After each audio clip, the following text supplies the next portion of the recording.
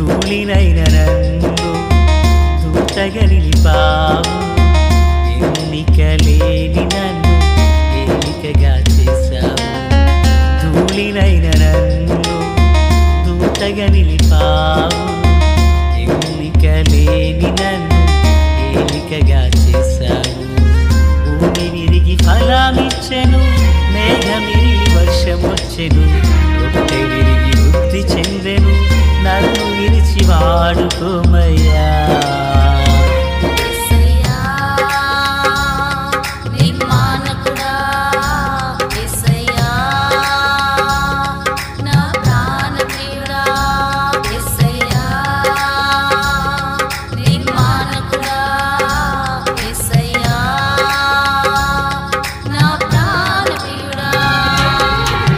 ధూళినైన నన్ను దూతగా నిలిపావు, ఎన్నిక లేని నన్ను ఏలికగా చేశావు.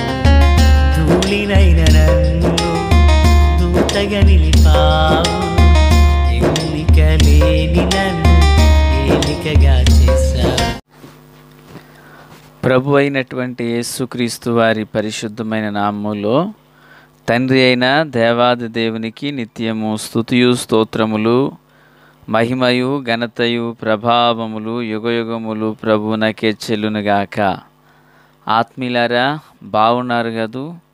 నేటి దిన వాక్య ధ్యానమై ఆదికాండం 29వ అధ్యాయం 26 నుండి 29 వరకున్న 4 వచనాలను మనము ధ్యానం చేయబోతున్నాం. మూలవాక్యమై 26.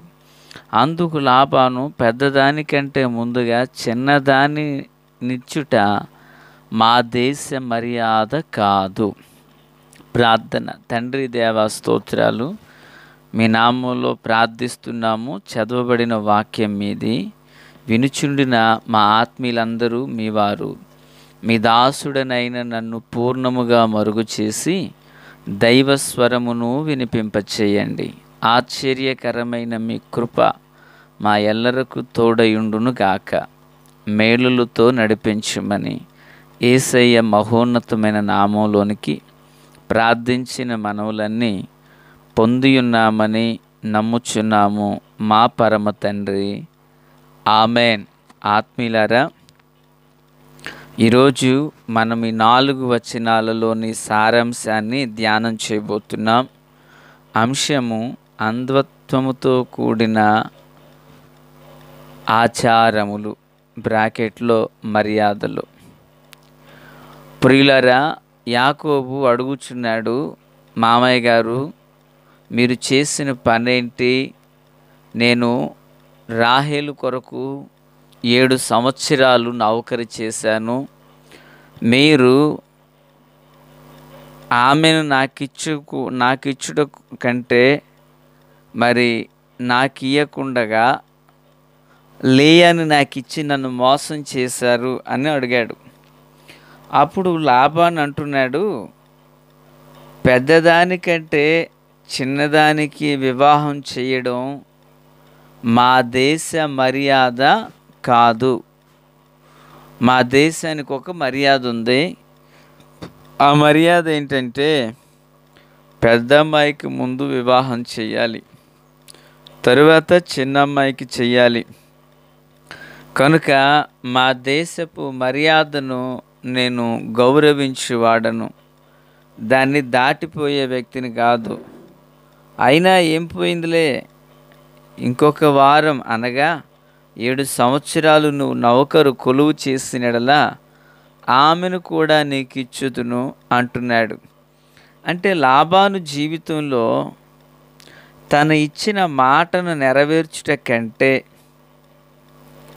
తన దేశపు ఆచార మర్యాదలే తనకు ముఖ్యం. ఇక 2, తాను ఆ దేశపు ఆచార మర్యాదలను నిర్వర్తించి పాటించుటకు ఎవరినైనా ముంచుతాడు, ఎవరినైనా మోసం చేస్తాడు. ప్రియులారా, ఈ రోజుల్లో కూడా అనేక మంది అలాగునే ఉన్నారు. ముందుకు తీసుకువెళతాను, ఒక నిమిషం. నిర్గమాకాండములో మోషే మనకు ప్రస్తావించబడతాడు, తటస్థిస్తాడు.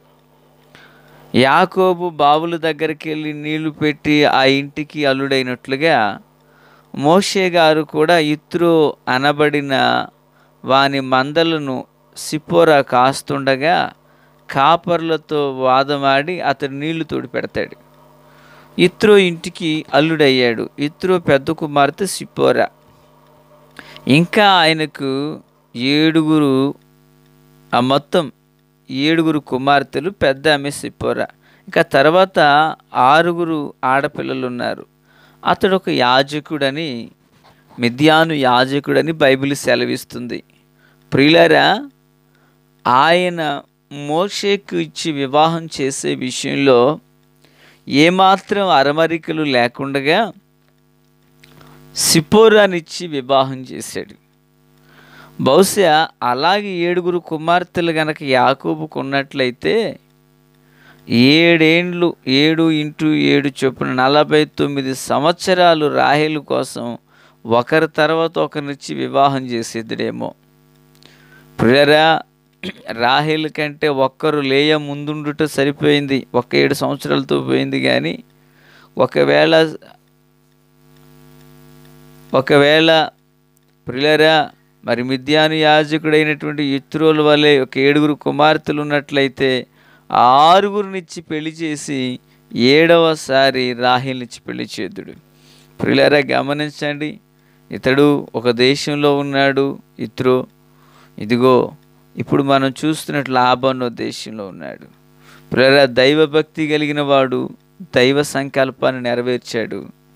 దైవభక్తి లేనివాడు తన సొంత కార్యాలు జరిగించుకుంటున్నాడు. సేవకునిగో మాట, వివాహం చేసుకునేటప్పుడు ధనాన్నో కులాన్నో ఉద్యోగాన్నో చూసి కాకుండా, అందాన్నో కాకుండా దేవుని చిత్తమేంటో కనిపెట్టి వివాహం చేసుకుంటే ఆ కుటుంబము దీవెనకరంగా మారుతుంది అనేది నా అభిప్రాయం. సంతోషం.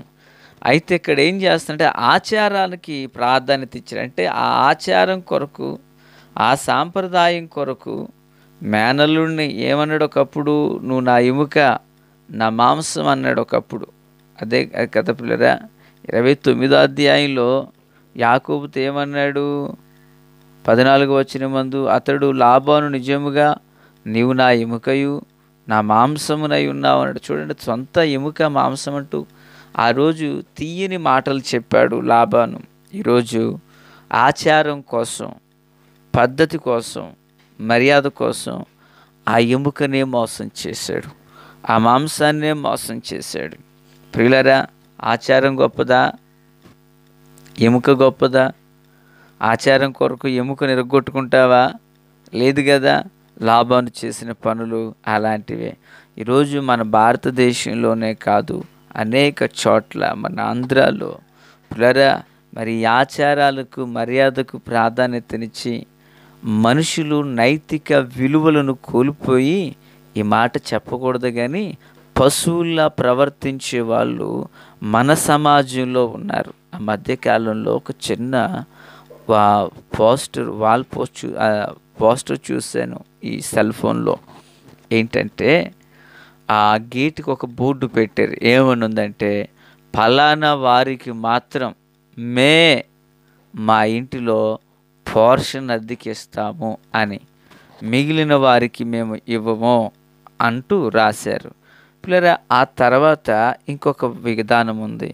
అంటే వరదల్లో ఆహార పొట్లాలు పంచడం, ఆ మునిగిపోయిన గ్రామాల్లోకి వెళ్ళి పరిచర్య చేసినటువంటి పోస్ట్ కూడా పెట్టారు. ఈ 2 కలిపి ఒకే పోస్ట్లో వచ్చింది. అంటే చూడండి పిల్లరా, మరి ఈరోజు ఎంతోమంది వరదల్లో నష్టపోయినటువంటి వాళ్ళు ప్రభుత్వం ద్వారా, అనేకుల ద్వారా సహాయాన్ని పొందుకుంటున్నారు. చూడండి, ఆ సమస్యలో, ఆ వరదలో చిక్కబడినప్పుడు ఒక వ్యక్తి వచ్చి నీకు ఆహారం పెడుతుంటే నీవెవరు అని అడగట్లేదు, ఇది నాకెందుకు ఇస్తున్నావు అని అడగట్లేదు. అది ప్రభుత్వం ద్వారా వచ్చిందా, సామాజిక సేవ చేసే వారి ద్వారా వచ్చిందని అడగట్లేదు. చూడండి, మొన్నటి దినాల్లో మేము కూడా కొందరు దైవజనులు రాజన్న గారి యొక్క సహకారంతో విజయవాడ ప్రాంతానికి ఫ్లడ్ ఏరియాకి వెళ్ళి కొందరికి ఆహారాన్ని పంచిపెట్టాం దేవుని కృప ద్వారా. అది దేవునికి మహిమ. మా వల్ల అయితే ఏం జరగలేదు. అయితే విషయం ఏంటంటే అప్పుడు మేము వెళ్ళినప్పుడు ఎంతోమంది ఈ ప్రభుత్వం ద్వారా అనేకులు బ్లీచింగ్ కొడుతూ ఇంటింటికి తిరిగి ఎంత నష్టం జరిగిందంటే, మంచి ఎండ పిల్లారా, ఆ విస్తారమైన ఎండకు వైరస్ అనేది పుట్టుకొస్తుంది. సో ప్రభుత్వం ద్వారా కొందరు ఆశా వర్కర్లు ఎంతోమంది వీధుల్లో పరిచర్య చేస్తున్నారు. కొందరు అదొక విధమైన వస్త్రాలు ధరించి అపార్ట్మెంట్ల క్రింద ఉన్న బురదనెత్తేస్తున్నారు. సో అనేక విధాలుగా వర్క్ అనేది చేస్తున్నారు. ఈ మాట చెప్పడానికి ఇష్టపడుతున్నాను. అంత వర్క్ చేసే వ్యక్తిని నువ్వెవరు అని అంటలేదు. ఒక ఆశా వర్కర్గా వచ్చి ముఖానికి మాస్క్ పెట్టుకుని ఎండలో కష్టపడతాం, ఇంటికొచ్చి సేవ చేస్తుంటే ఆమె నువ్వెవరు అని అడగట్లేదు. అంటే వారి ద్వారా ఏదైనా సహాయం పొందుతారు. కానీ ఆ బోర్డును చూసినప్పుడు నాకు చాలా బాధ కలిగింది. ఫలానా వారికి మాత్రమే మా ఇంట్లో ఇస్తాం. ప్రియులారా, దేవుడు అందరికి ఒక్క తలనే ఇచ్చాడు, నీకు ఒక తలనే ఇచ్చాడు. ఫలానా వారికి ఇస్తామన్నటువంటి వారికి మాటలు. అందరికి 2 చేతులు ఇచ్చాడు, నీకు 2 చేతులు ఇచ్చాడు. అందరికి ఒకే సూర్యుడు, నీకు ఒకే సూర్యుడు. నీకు 10 సూర్యుడులు ఏమీ లేరు. అందరికి ఒకటే భూమి, నీకు ఒకటే భూమి. అందరిలో ఉన్నది ఒకటే రక్తం, నీలో ఉన్నది కూడా రక్తమే. బహుశా కొందరిలో ఆ రక్తం ఉందన్న సంగతి మర్చిపోయి బురద నీళ్ళు, డ్రైనేజీ నీళ్ళు ప్రవహిస్తున్నట్టున్నాయి. ఆచారానికి, పద్ధతులకి వీళ్ళు ప్రాధాన్యత ఇస్తున్నారు. ఆత్మీయులారా, దేవుడు మనల్ని ప్రేమించాడన్న సంగతి మర్చిపోతారు. కరోనా కాలంలో వాలంటీర్స్ ఎంత అద్భుతమైన పరిచర్య చేశారు. మరెవరో మన ఊరిలో ఉన్నటువంటి ఒక 10th ఇంటర్మీడియట్ చదువుకున్నటువంటి ఒక వ్యక్తి, ఒక సహోదరుడు ఎంత పరిచర్య చేశారో. అప్పుడు నువ్వెవరు అని అడగలేదే. ఈ రోజుల్లో అనేక మంది ఆచారానికి, పద్ధతులకు ఈ మాట చెప్పడానికి సిగ్గుపడుతూ చెబుతున్న కులానికి ప్రాధాన్యతనిచ్చి, ప్రియులారా, మానవ నైతిక విలువలను మంటగలిపే వాళ్ళు ఉన్నారు. లాభాన్ని చేసిన పని అదే. దేశ మర్యాదట, కానీ ఎముకకు నష్టం చేశాడు. దేశ మర్యాదట, మాంసానికి నష్టం చేశాడు.